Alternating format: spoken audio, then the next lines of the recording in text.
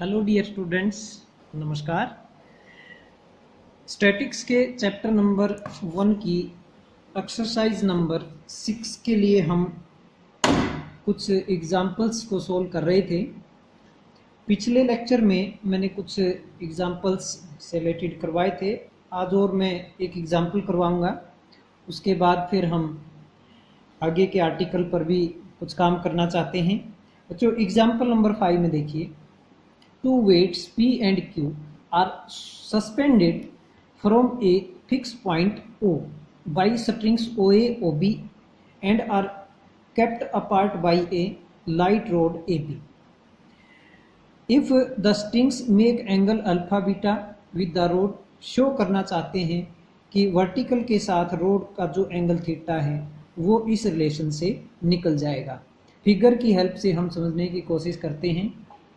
बच्चों, गिवन है कि इस ओ पॉइंट के ऊपर दो स्ट्रिंग्स को बांध दिया गया है और एक को इस तरफ और एक को इस तरफ रखा गया है। ओके, और इस स्ट्रिंग के एंड के ऊपर इस तरफ एक वेट बांध दिया और इस स्ट्रिंग पर भी एक वेट Q, इस तरफ वेट P है, इस तरफ वेट Q है। ऑब्वियस सी बात है, ये स्ट्रिंग टाइट हो जाएगी और ये स्ट्रिंग भी टाइट हो जाएगी। ओके, और जो ये वर्टिकल लाइन है ओके, अगर नीचे मैं एक वर्टिकल लाइन ड्रॉ करूं जहां मीट कर रही है, सपोज वो पॉइंट C है, तो इस वर्टिकल लाइन ने जो एंगल रोड के साथ बनाया है थीटा, ये हम फाइंड आउट करना चाहते हैं। और क्या गिवन है कि ये जो स्ट्रिंग्स हैं, इन स्ट्रिंग्स को इस शेप में बनाए रखने के लिए यहाँ रोड लगाई गई है। उस रोड के साथ इनको अटका दिया गया है ताकि ये अंदर स्ट्रिंग्स अंदर ना आए, नहीं तो ये सीधी ऐसे लटक जाएंगी। और बच्चों, रोड जब आप लगा रहे हो तो इसका मतलब रोड के ऊपर ऐसे दबाव आएगा तो रोड पीछे उल्टा अपोजिट जो है सपोर्ट करेगी, तो यानी कि रोड भी अपोजिट साइड में फोर्स लगाएगी। और जो फोर्स लगाई है सपोज वो S है, तो इसको कहेंगे thrust applied by the road. तो कुछ अजम्पशंस ले ली। सपोज ये एंगल अल्फा, ये एंगल बीटा। अब ये थीटा है तो ऑटोमेटिक ये भी थीटा होगा क्योंकि ये वर्टिकल लाइन है, ये भी वर्टिकल लाइन है। और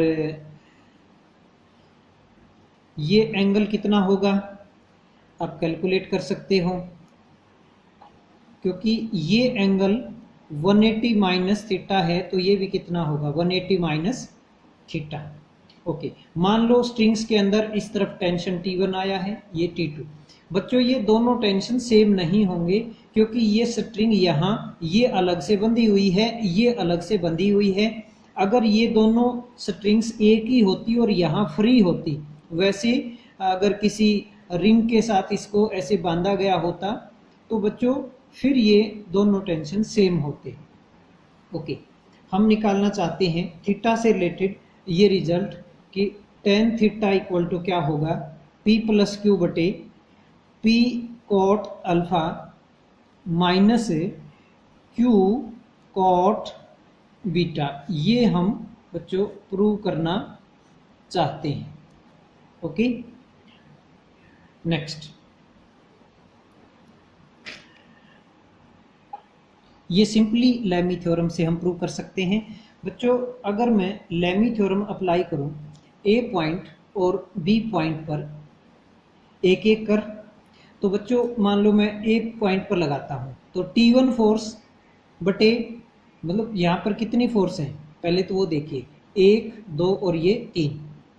तो T1 फोर्स बटे इसके सामने का जो एंगल है, ये एंगल कितना होगा, क्लियरली दिस इज थीटा, क्योंकि इसके पैरेलल ये है तो ये angle theta. So T1 by sine of theta equal to S force इस तरफ से डिवाइडेड बाई साइन ऑफ इसके सामने का एंगल कैलकुलेट कर सकते हैं 180 माइनस थीटा प्लस अल्फा, इसके इस फोर्स के सामने का ये टोटल। और ऐसे ही तीसरी P बटे साइन ऑफ 180 माइनस अल्फा। तो बच्चों यहाँ से जब हम ये दो पार्ट ले लेंगे तो यहाँ से s की वैल्यू आ जाएगी p sine alpha p sine theta minus alpha divided by sine alpha. और अगर हम ऐसे ही b पॉइंट के ऊपर ये रिजल्ट अप्लाई करें लेमी थ्योरम, यहाँ पर b पॉइंट के ऊपर, तो ऐसे ही यहाँ पर 3 फोर्स हैं, 1 2 और 3। तो बच्चों ऐसे ही ये रिजल्ट लिखा जाएगा T2 बटे साइन ऑफ 180 माइनस थीटा, क्योंकि ये थीटा है तो ये कितना है 180 माइनस थीटा, तो ये फोर्स बटे इसके सामने का तो यही बनेगा ना, इसके सामने का ये, और ये बटे इसके सामने का ये टोटल, और ये बटे इसके सामने का ये टोटल। तो ये इस तरह से equal to s divided by sine of theta plus beta equal to q into sine of 180 minus beta. तो यहाँ से हम एक बार फिर से s की वैल्यू निकाल सकते हैं। जब मैं इनको सोल्व करूँगा तो यहाँ से s की वैल्यू फिर ये आ जाती है q sine of theta plus beta divided by sine of beta. और इन दोनों को अगर बच्चों हम इक्वल रख दें, ये s की वैल्यू और एक ये भी s की वैल्यू, इन दोनों को इक्वल रखोगे तो यहाँ से अपने पास p into sine of theta minus alpha, इसको खोल देंगे तो p into sine of theta into cos alpha minus cos of theta sine of alpha, और नीचे साइन अल्फा है, और इक्वल टू ऐसे ही बच्चों इसको खोल दो sine of theta plus beta, तो q as it is sine theta cos beta plus cos beta sine theta and divided by sine of beta. इसको क्रॉस मल्टीप्लाई कर देंगे और फिर बच्चों इसको कोस थीटा से भी डिवाइड कर देंगे दोनों तरफ, तो अपने पास जो है वो फाइनल रिजल्ट्स जो है वो बन जाएगा। तो मैं इस तरफ लिखता हूँ, यहाँ से जो रिजल्ट बनेगा ना वो ये बनेगा p into this is tangent of theta cot alpha minus 1 equal to q into tan theta cot beta plus 1। और यहाँ से जो टेन थीटा की वैल्यू बनेगी बच्चों वो ये बनेगी p प्लस q बटे टेन थीटा, दोनों तरफ से इकट्ठा कर लो तो ये बन जाएगा नीचे p cot alpha minus q cot beta. यही हम प्रूव करना चाहते थे। तो चलिए ये थी एक साधारण सी प्रॉब्लम। एक्सरसाइज 1.6 आ जाती है।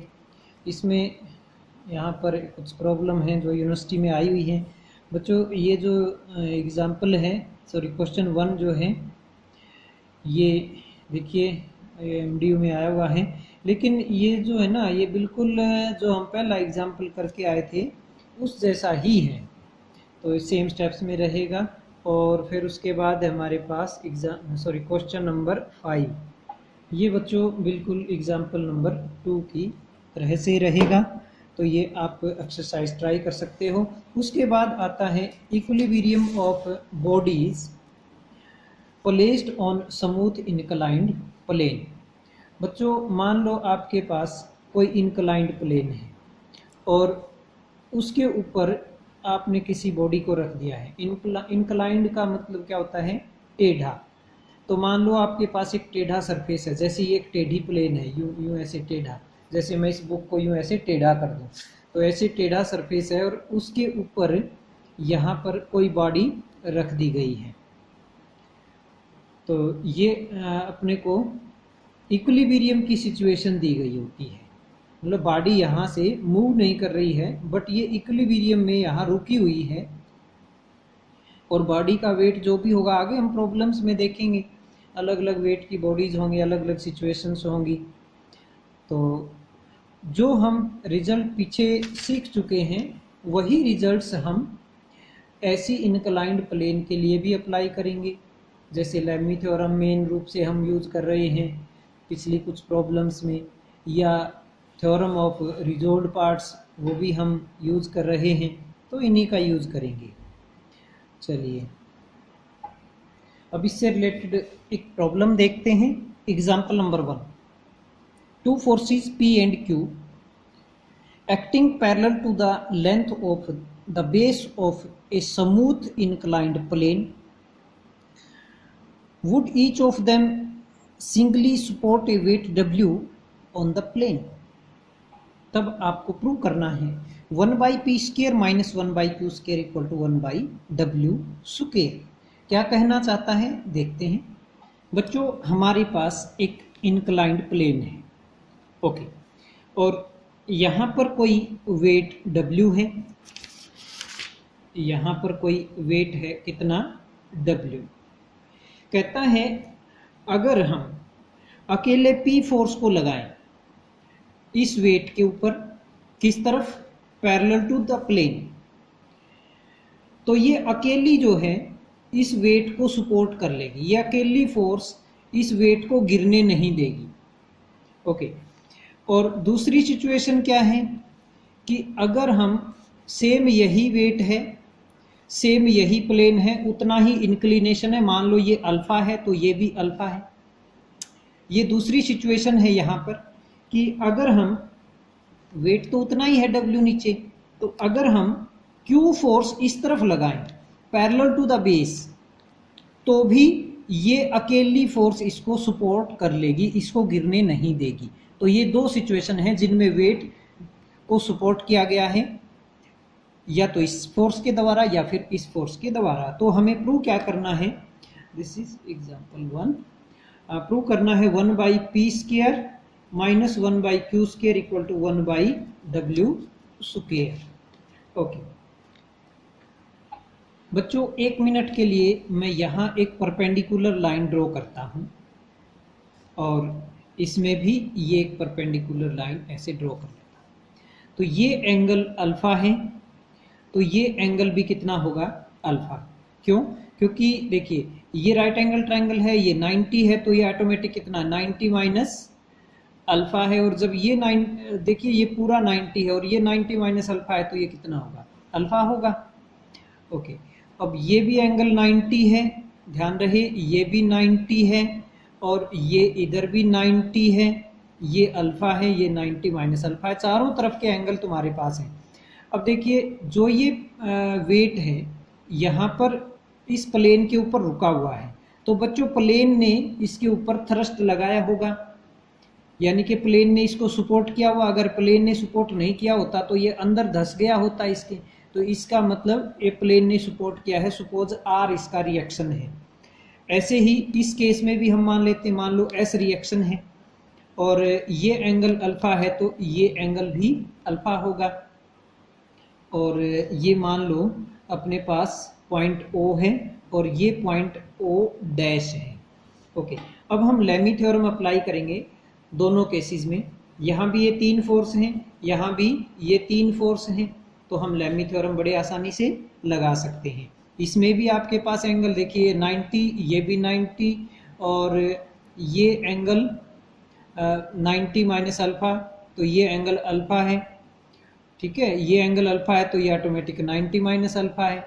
मैं नोट करता हूँ, ये 90 डिग्री, ये भी 90 डिग्री और ये 90 माइनस अल्फा है, ये एंगल अल्फा है, ये 90 माइनस अल्फा है, चारों तरफ के एंगल तुम्हारे पास हैं।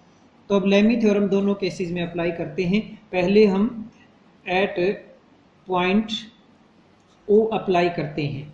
तो बच्चों P के सामने वाली, P के सामने जो एंगल है ये, इसका साइन ऑफ 180 माइनस अल्फा। ऐसे ही W के सामने ये एंगल है इन दो फोर्सेस के बीच का, इसलिए sine 90 equal to R sine of 90 plus alpha, ठीक है। तो यहाँ से हम अगर इन दो को सोल्व करें, साइन 90 तो 1 हो जाएगा, ये साइन अल्फा बन जाएगा, उस तरफ ले जाओ तो बच्चों P की वैल्यू आ गई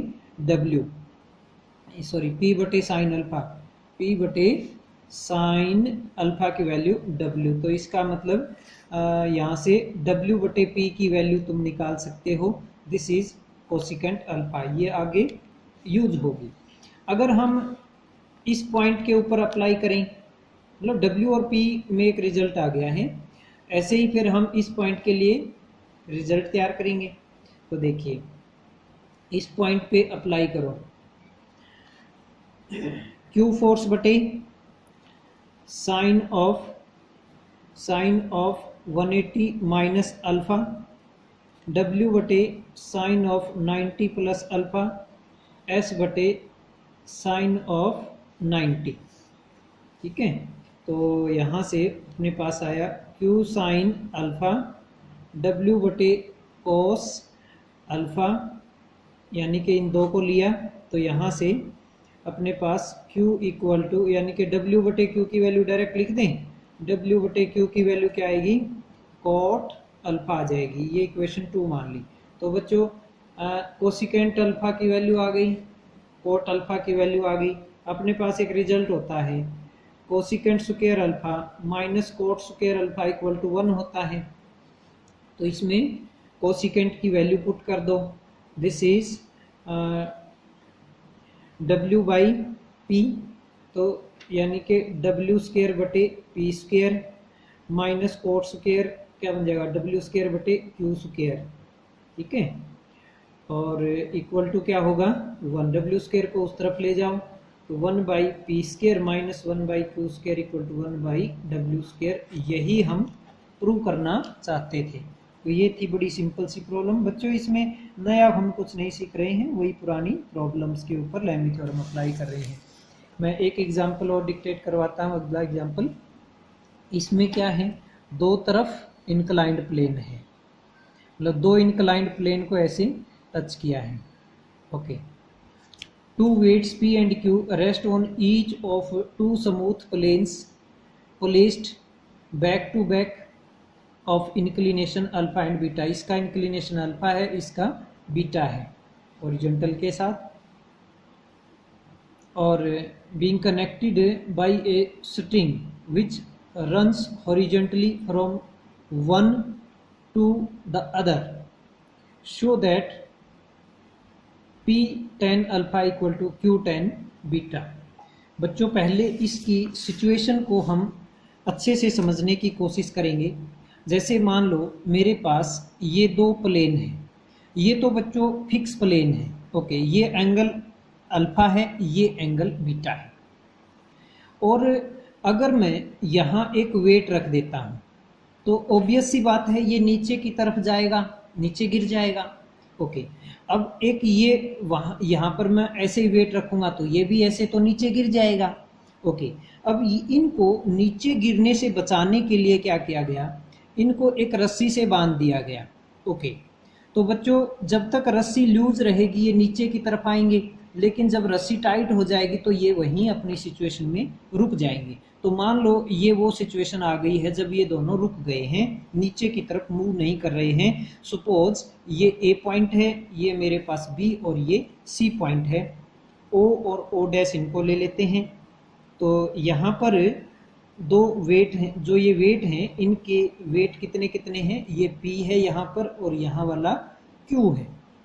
ओके, तो बच्चों जो ये प्लेन्स इनको थ्रस्ट देंगी, सपोज ये कितना है R और इस तरफ क्या है R डैश, प्लेन के परपेंडिकुलर होता है हमेशा। तो जैसे अब पिछले केस में हमने अप्लाई किया लेमी थ्योरम को, देखिए पिछले में भी ऐसे ही था, इसमें दो अलग अलग सिचुएशंस गिवन थी तो हमने दोनों पे लेमी थ्योरम लगाई। अब इसमें एक ही फिगर के अंदर ज्वाइंटली हैं तो दो ही सिचुएशन ना, एक इस वेट की सिचुएशन है, एक इस वेट की।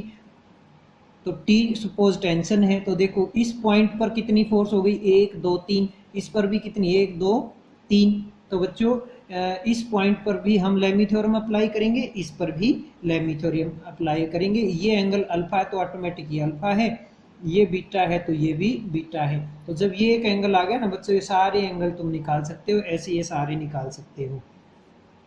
तो इस तरह से फिर आप O पॉइंट और O डैश पॉइंट पर दोनों पर लेमी थ्योरम अप्लाई करेंगे। तो लेमी थ्योरम अप्लाई करने के क्या आएगा उसको मैं थोड़ा ब्रीफ कर रहा हूँ। पॉइंट O से तो ये रिजल्ट आ जाएगा P by cos alpha equal to T by sine alpha. दो टर्म लिखी है मैंने, वैसे तीन होती है इसमें, तो यहाँ से क्या आ गया T equal to P tangent alpha, और दूसरे पॉइंट के ऊपर अप्लाई करते अगर हम लेमी थ्योरम, तो बच्चों वहाँ से हमारे पास ये आ जाता क्यू बटे cos of beta equal to T बटे साइन ऑफ बीटा, यानी कि टी इक्वल टू क्या आ जाएगा, क्यू टेंजेंट बीटा। तो ये अपने पास दो जगह से हमने टेंशन कैलकुलेट कर लिया, इन दोनों को इक्वल पुट कर दो, टी की वैल्यू तो ये P tangent alpha equal to Q tangent beta, यही हम प्रूव करना चाहते थे। ओके, अब ये क्या कहता है अगले केस में कि बच्चों अगर देखिए इसी में मैं स्टेटमेंट में शो करता हूँ, यहाँ पर आगे और स्टेटमेंट को एक्सटेंड किया गया है। If the string passes over smooth pulley at the top of inclined plane, show करना है कि फिर ये होगा, ये रिजल्ट ऐसा ही जो था वो ये बन जाएगा। कब, अगर हम इस स्ट्रिंग को इस तरह से बांधने की बजाय हम इनको सपोर्ट करने का दूसरा तरीका अगर ये अपनाते, भाई ये अपनी इंक्लाइंड प्लेन है अल्फा बीटा इंक्लिनेशन वाली, ये वेट और ये वेट, इनको रोकने के लिए अगर हम ऊपर से रस्सी को ले आते, यहाँ एक पुलिया लगा दो छोटी सी, ताकि ये फ्री रहेगा, अब ये मूव कर सकता है, समझ रहे हो, अब ये फ्री सिचुएशन में रहेगा। तो अब की बार अंतर क्या रहेगा पिछले बार में और अब में, कि एक तो स्ट्रिंग यहाँ से नहीं आई है तो ऊपर की तरफ से है, तो यानी कि फोर्स इस तरफ की बजाय अब हमारी इस तरफ टेंशन रहेगी। सपोज टेंशन कितना है T, और ऐसे ही दूसरी साइड में भी टेंशन कितना रहेगा T। तो बच्चों अब फिर से हम वही सिस्टम, वही लेमी थ्योरम अप्लाई करेंगे, सेम स्टेप्स में आप प्रोसीड करोगे, वैसे ही दो इक्वेशन आएंगी और दोनों इक्वेशन से टी डैश की वैल्यू या टी डैश जो भी मान लो इसको, टी की वैल्यू, टी वैसे पीछे मान चुके इसलिए टी डैश मान लो इसको, तो टी की वैल्यू आ जाएगी। ये थ्रस्ट, इस तरफ भी थ्रस्ट, ठीक है, सपोज थ्रस्ट एस है, इस तरफ एस डैश है, ये वेट कितना था पी, ये कितना था क्यू। तो बच्चों ठीक वैसे ही सेम स्टेप्स में प्रोसीड करोगे तो टी डैश की वैल्यू आ जाएंगे और उनको इक्वल पुट करेंगे, तो p sine alpha equal to q sine beta, ये हमारे पास प्रूव हो जाएगा। तो ये आपके लिए छोटा सा होमवर्क छोड़ रहे हैं। आज का लेक्चर यहीं फिनिश करते हैं। धन्यवाद।